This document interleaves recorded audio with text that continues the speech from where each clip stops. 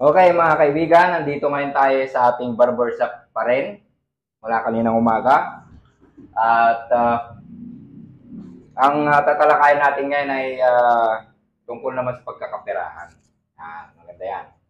So, mayroon kasi kami pinag-usapan kaninang umaga yung uh, bakit laging umaalis, tawag dito, maganda. Bakit laging ubos ang pera? Yon. Yung pag-usapan natin kasi sumasahod tayo, kumikita tayo, di ba? Tapos, hindi pa umabot ng isang linggo, 3 araw lang yata, naubos ng sahod, no? Bakit ganon? So, yan ang liliwanagin natin. Marami kasing ano yan, unahin natin yung ano. Marami kasing tao, karamihan ng tao, marunong kumita ng pera. Yon, tama yan si Sir. Sige lang, magsalita ka lang dyan, okay lang dyan, Sir. Gusto ko yung ganyan, yung may mga opinion na ganyan. So, yun. Lahat yan, marunong kumita ng pera, may trabaho, kumikita yan. O kahit ano, kikita ka, di ba? So, hindi mo na-stay yung pera, lumalabas lang na lumalabas, no? So, yung pagkita ng pera, isang klaseng skill yan. So, matuto kang magluto ng quick siguro is kikita ka, di ba? Kasi natuto ka eh, skill yun. Marunong kang magtinda-tinda, gumawa ng mga merienda, halo-halo, yung mga yan, fishball, kikita ka eh, skill yon. Ngayon, yung paghawak ng pera at pag-stay at pagpapatubo rin ng pera, panibagong skill yon. Hindi ibig sabihin na marunong kang kumita ng pera, hindi ka na mauubusan ng pera. Kasi sabi nga nila, it's not how much money you make, but how much money you keep. Sabi nga ni Robert Kiyosaki, kung kumikita ka ng 100,000 isang buwan, 100,000 din ang gastos mo, tatalunin ka pa nung kumikita ng 500 pesos araw-araw na marunong magtabi. So, yun yung dahilan kung bakit lagi kang walang pera. So, tututunan mo yung isang skill pa na paghawak ng pera, hindi lang yung kumikita ka ng kumikita. Di ba? So, ano yung mga skill na yon? Kailangan marunong ka sa budgeting. Titingnan mo yung budget mo kung may mga dapat kang putulin doon. Kunwari, sa budgeting mo is may mga cable ka, may mga subscription ka, may mga weekly kayong night out ng pamilya mo o asawa mo or yung mga yan, yung pwede mong ikat na hindi mababago yung talagang mga basic na pangangailangan mo. Doon ka makakaipon. So, masisave mo yon yung pera na yon. Ngayon, so, pag naano mo na yung budgeting mo, ito rough, ano lang to, explanation lang, hindi natin, we don't go down deeper about budgeting. So, budgeting, puputulin mo yung mga hindi importante, no? Tapos, yung maiipon mo doon, so, isusunod mong skill na matututunan is saving. So, naiipon mo na yun, di ba? So, may naiipon ka sa mga natitipid mo. So, hindi, ngayon, sa yung pag-iipon, hindi rin naman sapat yun na skill para mag-stay sa yung pera. Di ba? So, ang isusunod mo ngayon is investing. Patubuan mo yung pera mo o i-negosyo mo o whatsoever, basta tumutubo. So, yun yung isusunod mo. Yan yung tatlong klase ng skill na para mag-stay yung pera mo at lumaki pa. So, unang-una, budgeting.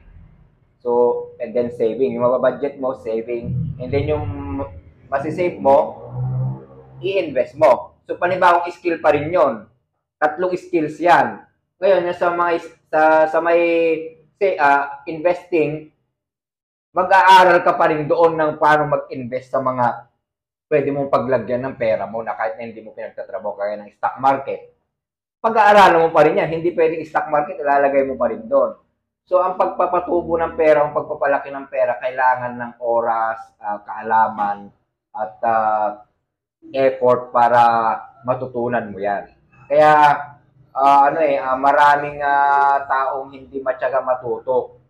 Kaya nga, maraming taong naluloko sa mga scam kasi gusto nila mabilisan yung pagkita ng pera kasi ayaw na nilang magpagod. Pag may nagsabi kasi dyan na lalo ng mga nauso yung mga pyramiding scheme, no? Na scam, yung pera mo 100,000 bigay mo sa akin, kikita next month yan ng doble. So, nasisilaw ang tao no? Dahil ano yun eh, yung gusto nila yung kumita kaagad ng malaki eh. So yun yung mindset, ayaw nang magpagod, ayaw maglaan ng oras para matuto ng mga skill na sureable nakikita ka kasi alam mo yung pinapasok mo eh. Yan din, isa pa yan, yung pagtataya ng loto. So mabilisan yung gusto ng tao eh. Manalo ng 100 million. Oh. Walang pagod nga naman, di ba? Pero, siyempre, ano yan eh, hindi naman siguro sa buong buhay mo siguro, yung chance mo na manalo is 1 in a million, no? So, hindi pa rin siya, ano, pero yung mindset, ganun pa rin. Gusto ng tao is mabilisan na pera. Ayaw magpagod para matuto, para mapalaki ang pera. So, yun ang ano natin, no? Topic natin. So, budgeting, saving, tsaka investing ang mga skill para ma-stay mo yung pera mo at mapalaki mo yung pera mo. So, yun, bakit? Yun ang mga dahilan kung bakit, yun ang kulang ka kung bakit lagi kang nauubusan ng pera. So, yun. Yun ang mga dapat mong i-develop sa sarili mo. Sabi nga nila, kapag nagtatrabaho ka ng 8 to 5, gumawa ka ng paraan para makapag-create ka ng ibang source of income mo, yung mga sideline. Pwede ka magtinda-tinda. Huwag mong sabihin, hindi pwede, wala kang time. Pustahan tayo.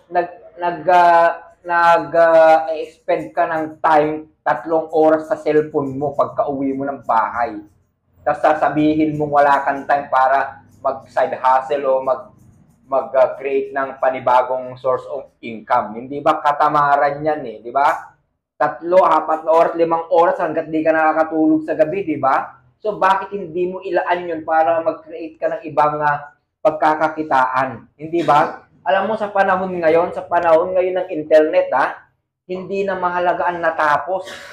Hindi ba? Wala na, sino yung may mga natapos? Wala na, parang ordinary yung tao na lang. Nung araw, mga 90s, 80s, teacher, ang taas ng tingin, no? Which is, mataas pa rin naman ang tingin ko sa teacher ngayon, no? Pero financially, with all due respect, no? Tatalunin ka ng mga nagbablog ng kung ano-anong kalokohan.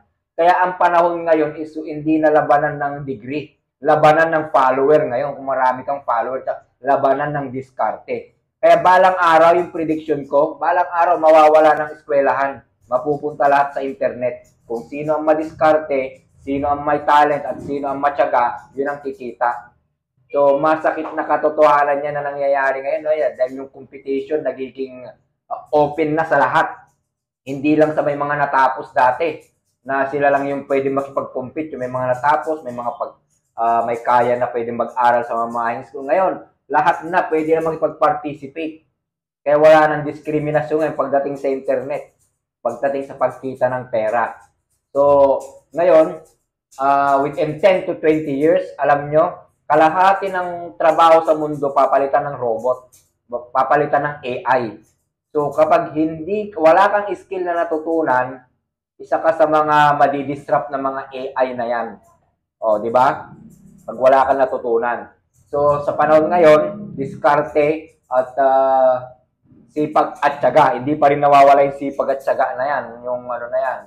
So, yun yung mga dapat mong tutunan para madagdagan ang kita mo o ma-stay mo yung pera mo na kinikita mo. Di ba? Para hindi ka magtaka. Kadalasan din ang tao nagrereklamo ang tataas ng bilihin. No? Nagrereklamo ka sa bilihin na hindi mo kontrolado. Hindi natin kontrolado yan eh. Ayan, sasabihin ko na yung pagiging stoic, no? Yung mga bagay na hindi natin kontrolado, tanggapin natin at huwag natin mag-focus doon. Mag-focus tayo sa bagay na kontrolado natin, hindi ba? Yung pagtaas ng presyo, kahit anong paglulupasahin mo dyan, pagreklamo mo dyan, hindi yan bababa ang presyo.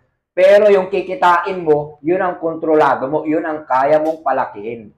Di ba? Yung sahod mo rin, di mo kayang patarasin yan eh. Pero mayroon kang magagawa para kumita ka ng ibang bagay. Huwag mong sabihin, wala kang time, sabi ko na naman. Kung nagsiselfone ka ng 3 oras pataas, wala kang karapatan magsabing wala kang time. Sabihin mo na lang, tamad ako, kamo na lang. So yun, no? Yun yung ano natin, no? Huwag tayo magreklamo sa taas ng presyo ng mga bilihin, no? Kasi hindi natin kontrolado yan. Magtutok tayo kung paano tayo kumita ng pera sa magandang paraan, sa marangal na paraan at huwag sa illegal. Kasi illegal, mapuperwisyo ka dyan. Sa legal lang tayo, huwag niyong kakalabanin ng gobyerno dahil hindi kayo mananalo dyan. Illegal gawa, huwag hindi kayo mananalo dyan. Legal ka na lang para ano. So, yun yung ano natin, no? Yung topic natin ngayon, sana nakapagbigay ako ng konting kaalaman at inspirasyon, no? At para maumpisahan mo, para lumaki na yung pera mo. Para mapalaki mo yung kinikita mo. Maraming salamat po.